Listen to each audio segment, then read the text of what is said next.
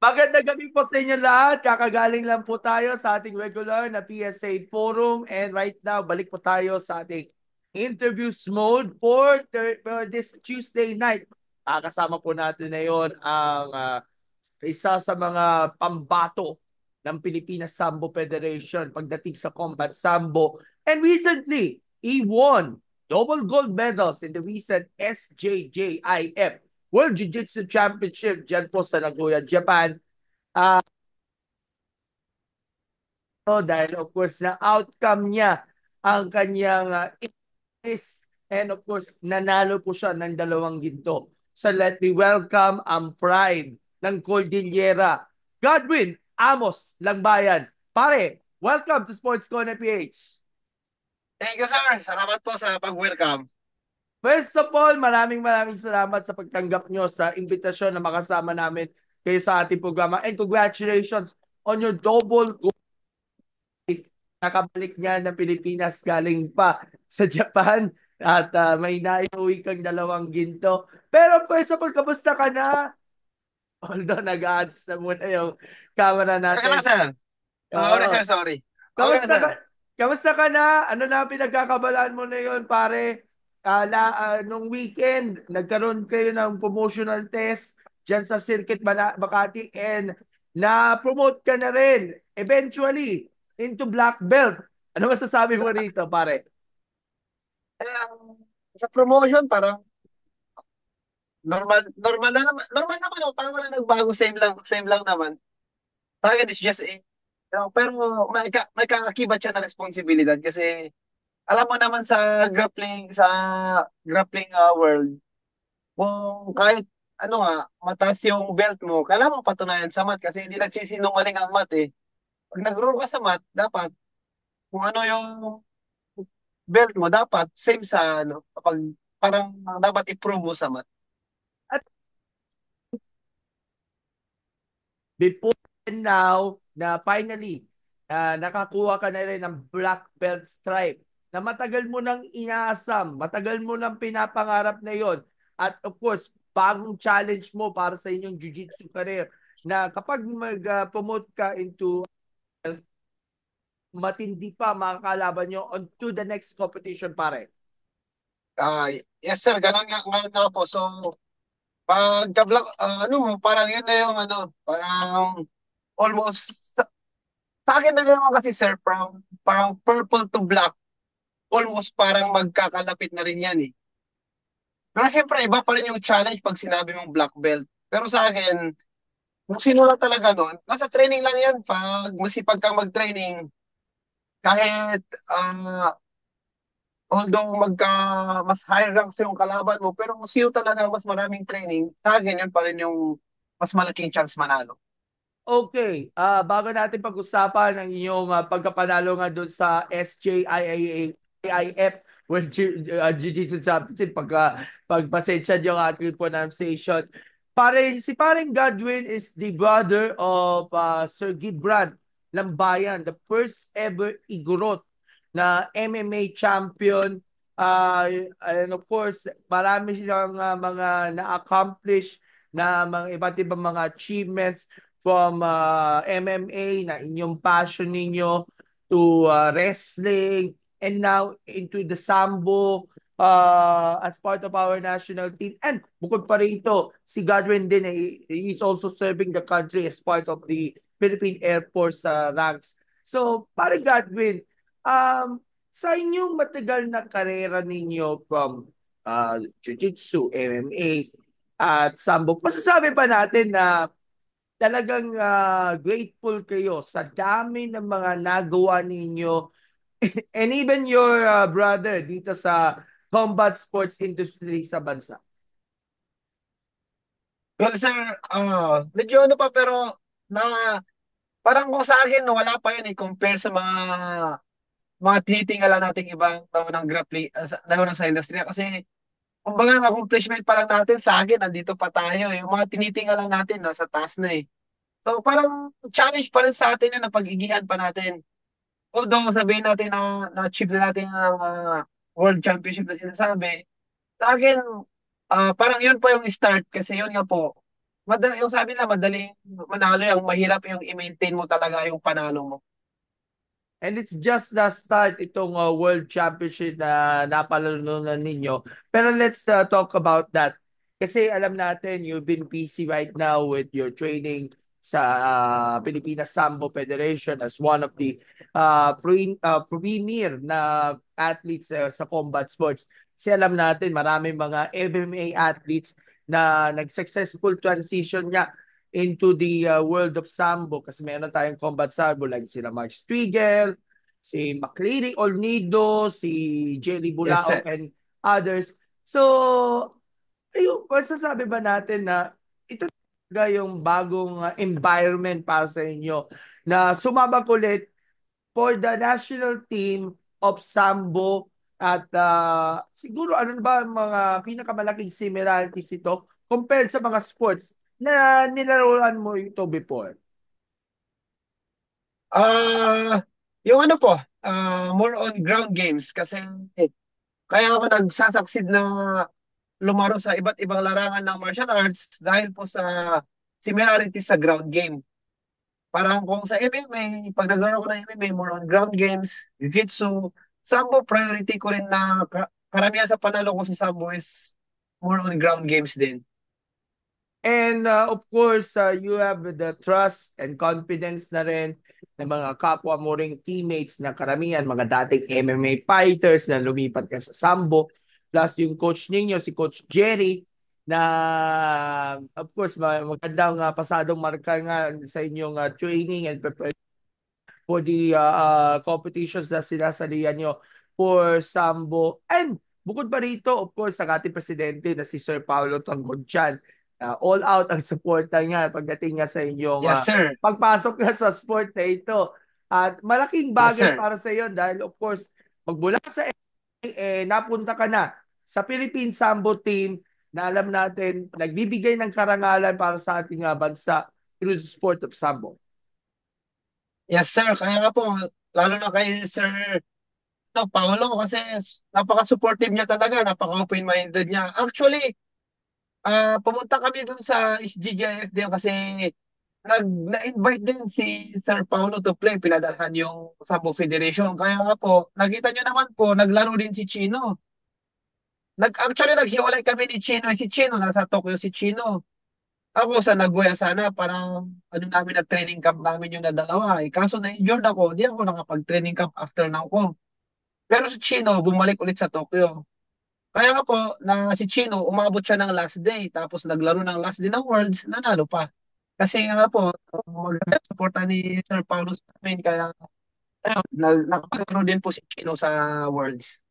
At sakto naman, si Chino ay kasalukuyan niya nagtitraining nga for Japan, for judo naman. Kasi Oo. alam ko Kasi yun yung po yung kagandahan ng ano ng Sambo kasi para siyang MMA. Si Chino, syempre, yung base niya is judo. Sa akin din kasi, yung base ko rin po more on ground game. Kaya si Chino nag-training camp doon sa more on judo parts niya. kaya nga, And he's preparing also for UAAP. at alam natin na pag sinabing sports sambo, may kombinasyon ng judo. Opo, opo. Tapos ang combat sambo which is MMA, wrestling, and kurash and other sports na Oo. pinabibilangan niya dito nga sport na ito. Pero sa training mismo para dito sa competition, even though on a short notice, kamusta ang progress ninyo during those times na nagsasanay ka for the competition and sabihin natin it's a known challenge para sa iyo dahil makakatapat ninyo yung mga iba't ibang mga ka-level ninyo sa brown belt sa inyong category on your last competition as brown belt. Yung preparation namin sir is ano talaga yung in the past months, yung piniprepare namin is for IMAG, for Sambo. So syempre nakakonsentrate yung training namin talaga sa Sambo. Kaya masasabi ko yung parang nagbigay sa amin ng advantage din siguro dun sa World Championship is siguro yung strength and conditioning namin, isa yun. Masasabi ko na isa yun. Tapos syempre yung training namin sa Sambo kasi hindi lang takedowns yung tinitraining namin doon, ground games, tapos pabilisan pa. Alam mo naman sa Sambo and Judo, hindi ka pwedeng tumagal sa ground game, kailangan explosive ka talaga. At siguro yun isa bigyan ng malaking part sa amin ni Chino bakit nakasabay kami doon sa World Championship. Kahit yung training namin nung last month ay puro Sambo lang. At nabanggit mo rin yung IMAG. Supposed to be kabilang sana kayo sa Asian Indoor and Martial Arts Games dyan sa Yes, sir. Thailand. Pero unfortunately, sa kasamaang palad, hindi na natuloy. So, walang halong regrets para sa iyo na nabawasan pa ng isa pang competition sana. Apat. Well, malaking paghihinayang naman natin. Alam naman ng mga athlete yan na kasi parang Asian Games is one of the most prestigious event na pwede mong salihan. Tsaka napakalaking bagay yun na mawala kasi every 2 years yun eh. Kahit tanungin mo sa lahat ng mga national team, talaga napakasayang yung IMAG. Pero wala tayong magagawa. Move on tayo, then concentrate tayo sa next year na SEA Games. Pero ang pinaka-focus nyo sa ngayon is other tournaments na rin bukod sa SEA Games, meron pa kayong World Sambo Championships na kailangan pagdadaan. O yung part nga pala ng lineup natin for the World Sambo Championships, sir. Yes, sir. Part po ako ng Sambo. Tapos, baka pati si Chino. Mga punti lang po kami pero hindi pa sure ko, sir, kung ilang kami pupuntahin. Pero nasabihan po ako na part na ako ng contingent na pupunta sa Kazakhstan. Okay, so diretso na tayo sa mismong assessment. Pero bago ako dumiretso sa assessment, may mga training, lalo na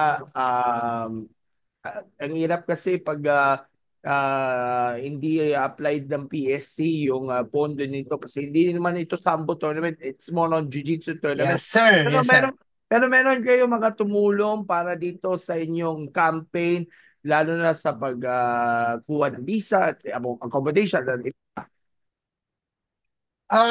Meron naman po, sir. Ito po yung sa pinaka-main sponsor din namin. Yung nasa t-shirt ko mismo, yung United Auctioneers, sa mga top culture, nagbigay sa amin ng mga gears. Tsaka mga individual na katao na nagbigay sa amin ng monetary tulong para mairaos namin yung World Championship.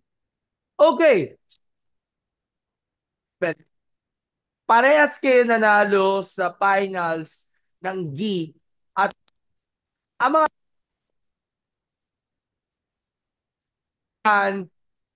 still.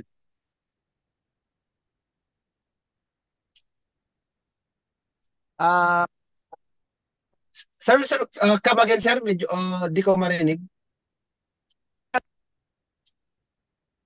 is yung taga-Japan and nasa Nogi and then sa Brazil ay sa GI. Tama ba? Ah, both Japan yung finals ko, sir. Yung mga Brazil tsaka mga China nasa elimination round natin na Pero both finals is Japan. Okay. So, sa kung nakaharap ninyo.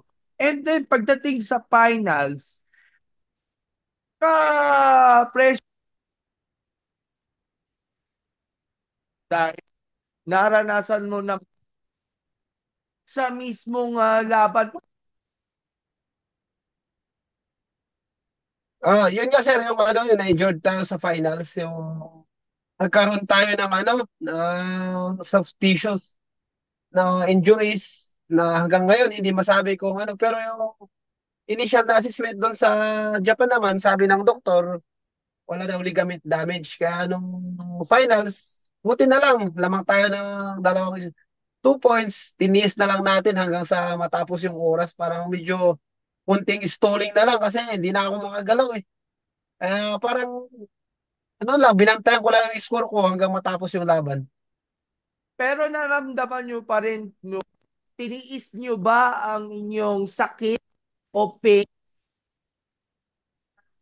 Eventually, as per doctor's advice, pinayagan ka na rin na of course, para maiwasan na ma-withdraw, ma-disqualify ka doon sa competition. Pero at least lumaban ka pa rin. Yan talaga ang fighting spirit ng mga Pinoy. Kahit injured, lalaban at lalaban pa rin. Ikaw, naniniwala ka ganitong mantra na yon doon sa inyong laban? Sa yung pinasalamatan ko nun is talaga yung ref kasi nang na-injured ako, sumigaw ako talaga ng sobrang lakas. Nakita niya naman na talagang na-injured ako, hindi ako nag-tap. Kasi almost considered yun na verbal tap eh. Hindi naman tinigil, tinuloy pa rin yung laban. Kaya mas pinasalamatan ko yung referee doon kasi medyo magaling, magaling na ref. Kasi hindi ako nag-tap sa ini submissions, talagang napasigaw ako sa sobrang sakit ng ano ko, left knee ko. And that, kahit na tinuloy niyo pa rin ang laban hanggang sa makuha ninyo ang double gold medal.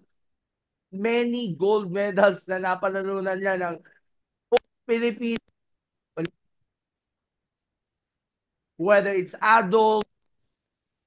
Ikaw talaga yung sinasabi natin mga big winners dito sa competition na yun. Kamusta pakiramdam na umasabing karera?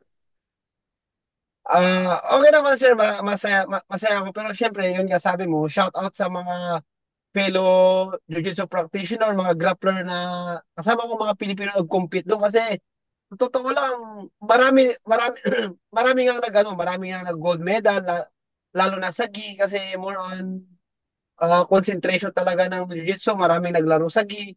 Kaya congratulations din sa karamihan sa mga Filipino athlete na makasama ko doon. Defeated ka sa lahat ng laban at you managed to score a gold medal, which is about a great na rin yung iba't ibang mga competitions, either sa Sambo, then of course sa MMA.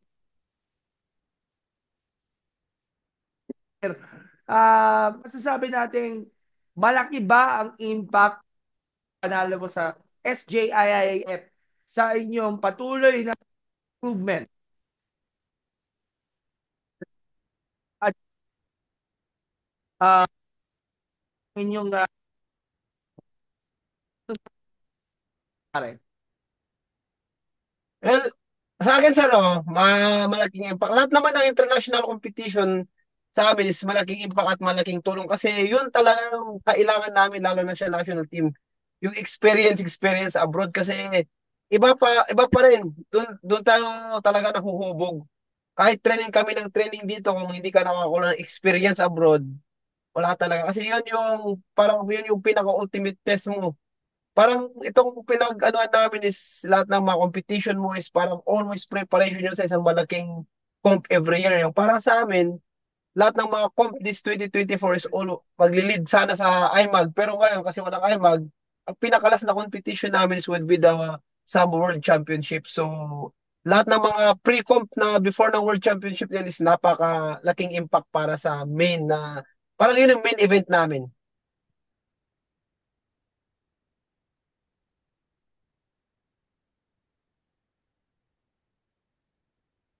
Dami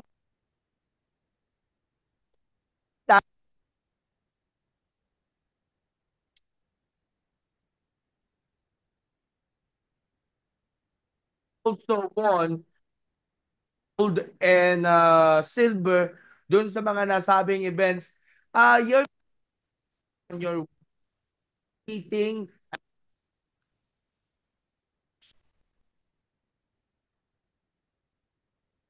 Sir, ka, sir, come again, sir? Di ko narinig. ano yung reaction Medyo nag-cut, sir. Nagka-cut yung boses niyo, sir. ninyo upon seeing your wife competing international?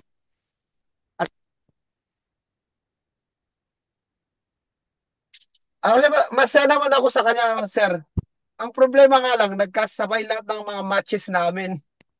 Pero super proud ako sa kanya rin na nagawa niya yung bagay na yun kasi hindi naman siya rin full-time athlete na gano rin siya, nagtatrabaho.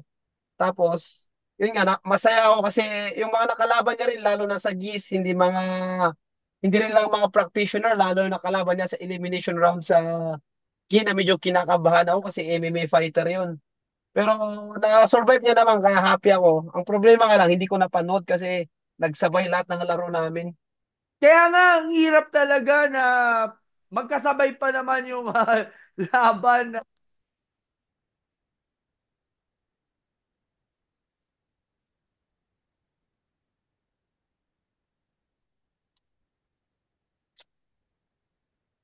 At kahit pa paano na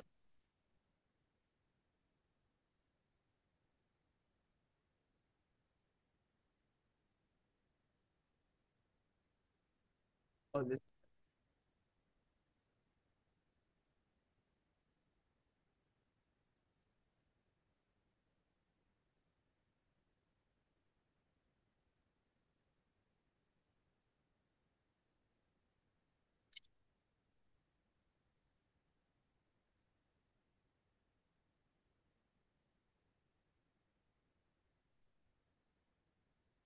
improvements date sa kanyang performance Again, sir. Again, sir. Isa pa, sir. na, na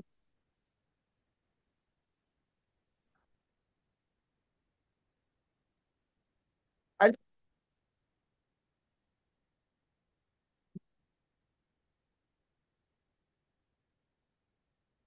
Hello, sir. okay. Narinig niyo ba ako? Oh, sir, narinig kita pero nagkakat. So, Biglang, so ulitin ko ulit ano yung masasabi nyo na maganda ang pinakitang improvements ng inyong asawa pagdating nga sa kanyang kaya sa jiu-jitsu, lalo na bigyan ng karangalan niya dito sa SJIIF World Championship.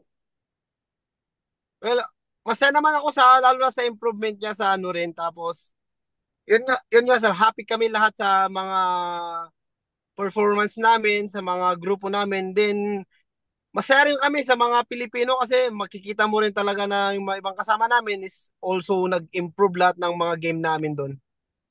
And of course, ang susunod na ipaprioritize ninyo ang World Sambo Championship na gaganapin this coming November. Pero bago yan, meron ata kayong sasalihan na isang malakihang MMA competition. Babalik pa kayo sa Japan, sa Tokyo naman. Can you tell us more about your preparations and expectations para sa magiging outcome ng inyong papalapit na laban diyan sa MMA? Sir, yun nga siya, bad news tayo sir kasi kinancel namin yung laban, although magandang laban sa ano yun kasi against a former bantamweight champion nila yun sa Japan. Wala di natin kayang i-risk kasi yun nga po, hindi pa ako makalakad ng maayos hanggang ngayon. Kakaumpisa ko pa palang nag-PT session kanina sa PSC pero medyo good news naman. Parang makaka-recover tayo at makaka-train before ng World Sambo kasi yun yung prioritize natin eh. Although masakit man natanggapin na kinancel namin yung sa Japan pero mas priority natin yung Sambo kasi yun po yung aim po ng sa PSC po natin. So priority pa rin po kung ano yung laro ng PSC kaya kinancel muna namin yung MMA sa Japan para makapag-recover din ako and mas may time ako mag-training para sa World Sambo. Pare Godwin, may time frame pa ba na makaka-recover ka rin in full recovery sa inyong knee injury bago ang inyong pagsabak nga sa World Sambo Championship? May time frame pa ba? Meron naman sir, tapos good news kasi sa assessment, in-assist namin kahapon, tapos ngayon, in-assist din ulit kanina, parang may chance na hamstring injury siya. So, mas mabilis yung recovery. Parang, ano lang muna, strength in conditioning for 2 weeks. Tapos, pag medyo feel na namin na wala ng pain, back to sambo training na ulit. Pero of course, sayang naman ang pagkakataon na makapag-compete sana sa isang MMA competition international ulit sa Japan. at the end of the month. Pero kung bibigyan ka ulit ng opportunity na maglaro ka ulit sa isang international, maybe national man lang na MMA competition, are you taking up the risk and of course, accept mo ba yung opportunity or chance na maglaro ulit sa MMA? Oo naman, sir. Tsaka mabait naman po yung management ng Gladiator. Sinabihan nila na pag nakakapag-training na ako, i-message nila tapos sinabihan ko sila na willing akong i-rebook yung laban against sa former champion nila. By the way, sa 2025, alam ko magiging busy ka sa iba't ibang mga competitions. Pero ano yung mga future goals para sa iyo sa inyong career either sa MMA, sa Jiu-Jitsu, and then sa and then sa Sambo? Eh, sir, yung namin, yung parang na heads up kami ngayon by 2025 is by February, merong malaking palaro dito sa sa atin. Yung, Parang yung BBM Cup, which is yes, happening. yun yung parang first na bungad na palaro sa amin. Parang kung hindi ako nagkakamali, yung inorient sa amin is parang karate and sambo yun. Nagaganapin sa MUA. Tapos medyo exclusive siya kasi invitational invitational championship yun. So sabi sa amin, malaking kasi presidential cup nga. Ibig sabihin malaking malaking tournament yun. And bukod pa rito, meron din tayong World Beach Sambo Championship na balak, although hindi pa Oo, oo. confirm yung Alak mismong bidding, tatangkayin nga na Pilipinas na makuha yung isa ultimate nga natin. isa pa yun, sir. Isa pa yun na target ng Sambo Federation na sinasabi nila na almost kasado na daw yun kasi maganda nga daw yung performance natin nung nakaraan na nabigay ni na Sydney tsaka si Geneva tsaka kasi dalawa lang sila tapos nakapagbigay sila ng dalawang medal. So yun nga po na nasayahan daw yung International Federation sa Pilipinas kaya gusto nila ganapin din dito sa atin. Okay, gusto ko lang isingit bago tayo mag-uling mensahe na lang. Of course, giving back also sa inyo mga kababayan sa Baguio City and Benguet and the Cordilleras dahil marami tayong mga na-produce na mga MMA champions from all the stables, either sa Team Lakay, sa Lions Nation, sa iba pa mga combat sports clubs natin. At ito, isa sa mga tinitingala ngayon na mga combat sports champions for Cordillera. Sa tingin mo, marami pa tayong beses na kailangan pag-usayan o pagandaan yung ating mga taga-Cordillera na maging prepared, mag-excel sa international competition and at the same time, kailangan ibuhos din ang mga efforts upang mag-produce pa ng mas marami pang mga champions or gold or silver or bronze medalists na nanggaling sa Cordillera either sa lahat ng mga combat sports na pinasukan nyo. What's your take? Sa akin naman, sir, sa state ng martial arts ngayon sa Baguio, lalo na MMA, grappling, jiu-jitsu, whatsoever dyan, sa akin, masasabi kong kaya nating sumabay. Ang isa lang sa pwede kong ma-advise is, huwag silang mahiyang mag-cross training sa isa't isa. Yun, doon sila magbi-benefits talaga kasi every athlete may specific silang specialization na pwede mong ma-adapt para ma-apply mo sa sarili mong laro. Kasi kung sa akin, okay na, marami na yan. Yung sinasabi nilang kulang tayo sa grappling, yung laging comment sa mga MMA fighter natin, hindi. Mas marami lang kalaro talaga ang ibang bansa na maraming style na maraming athlete na ka-sparring nila na which is pwedeng maggawa sa atin. Mag-cross training lahat. Pumunta ka sa ibang gym. Huwag kang mag-stay sa gym mo. Punta ka sa iba, makipag-training ka lalo na pag ito yung kulang mong part, tingin mong magaling yung gym na yon. Pwede ka makipag-cross train. Posible naman pagbabawalan ka mag-cross train doon. Siguro pag pinagbawalan ka may mali na doon sa gym na yon. Pero yun yung ma-advise ko sa mga kababayan ko na nasa Cordillera kasi Huwag silang masyadong ano sinasabi nila na kulang tayo sa grappling, kulang tayo sa grappling. Ang dami ng malalakas sa norte. Siguro pag sabihin natin na medyo kulang, pwede naman silang bumaba dito, makipag-cross train sa mga wrestling din dito sa atin. Huwag ano.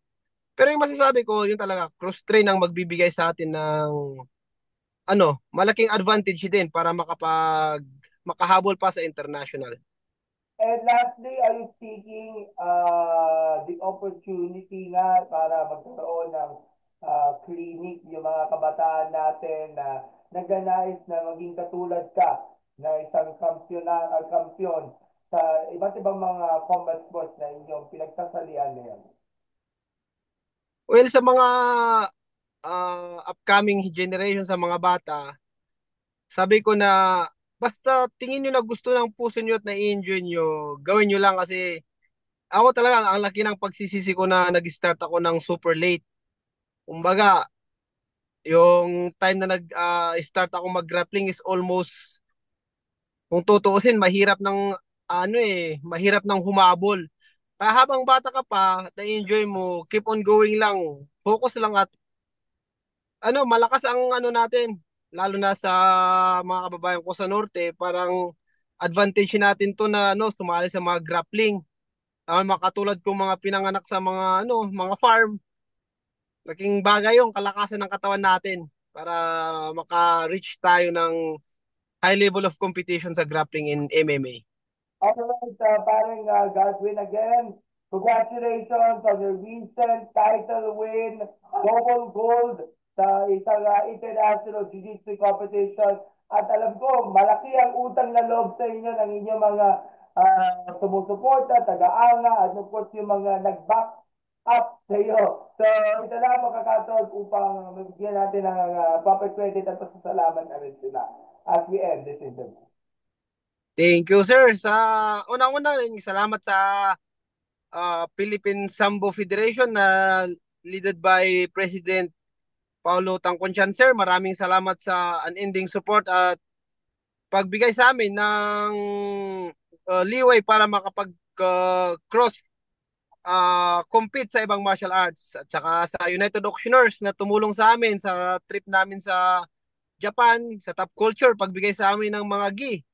At sa mga gym na nagbibigay sa amin ng libreng training facilities, parang sa Valiant MMA Gym at sa KMA Fabricio sa Makati. Maraming maraming sa mga salamat sa tulong ninyo at ang panalong ito ay para rin sa inyo po to. Maraming salamat. At ang taasan niyo po na of course ang Sports Cola PH ay patuloy na susuporta sa lahat ng mga Pilipinong atleta sa combat sports and of course kailangan natin ng lakas at atibay na loob upang masuklian ang mga tagumpay na inaalin na ng ating mga miyembro ng team. At marami pa silang kakainin ng bigas pagdating niya sa competition at sukatan na to, siyempre, at bakbakan na to, siyempre.